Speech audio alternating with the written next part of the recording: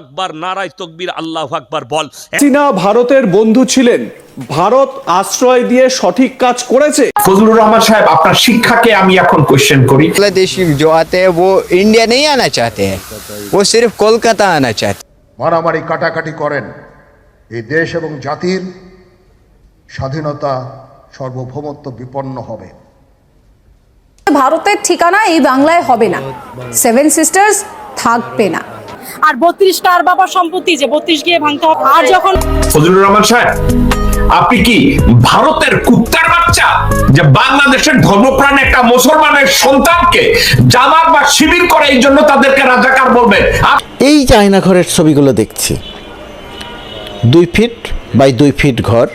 Donald ট্রাম্পের বাপের ক্ষমতা আছে বাংলাদেশের ওপর, নাকি নরেন্দ্র মোদীর বাপের? নরেন্দ্র মোদীর যদি ক্ষমতা থাকে বাংলাদেশের ওপর সৈনিক পাঠাক দেখি, ক্ষমতা থাকে যুদ্ধ করুক দেখি। আওয়ামী লীগকে যেমন মানুষ পছন্দ করে না, বিএনপিকেও মানুষ অত বেশি ভালোবাসে না। বাংলাদেশের 17 থেকে 18 কোটি মানুষ, তাদের সঙ্গে সুসম্পর্ক থাকা দরকার। আপনি খালেদা জিয়াকে কিভাবে বের করেছিলেন?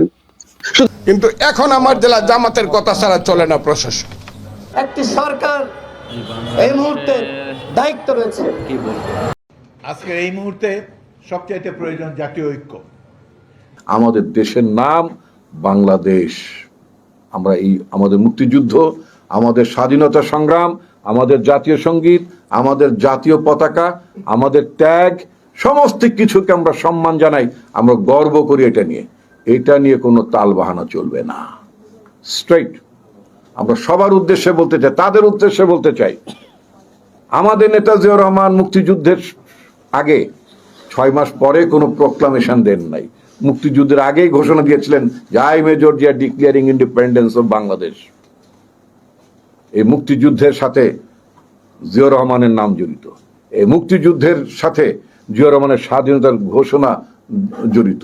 এই মুক্তিযুদ্ধে আমরা তার ভাষণে, তার আহ্বানে আমরা উদ্বেলিত হয়ে বাংলাদেশের জনগণ মুক্তিযুদ্ধে অংশগ্রহণ করেছে।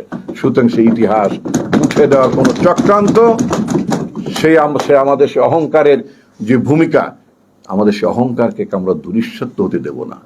সুতরাং যারা বাংলাদেশের অস্তিত্ব যারা স্বীকার করে না, বাংলাদেশের মুক্তিযুদ্ধকে যারা অসম্মান করে, বাংলাদেশের 30 লক্ষ মানুষের আত্মত্যাগকে যারা অসম্মান করে, আমাদের মহান মুক্তিযুদ্ধকে যারা খাটো করে দেখতে চায়, তাদেরকে বাংলাদেশের মানুষ নিঃসন্দেহে প্রত্যাখ্যান করবে, সবসময় প্রত্যাখ্যান করেছে।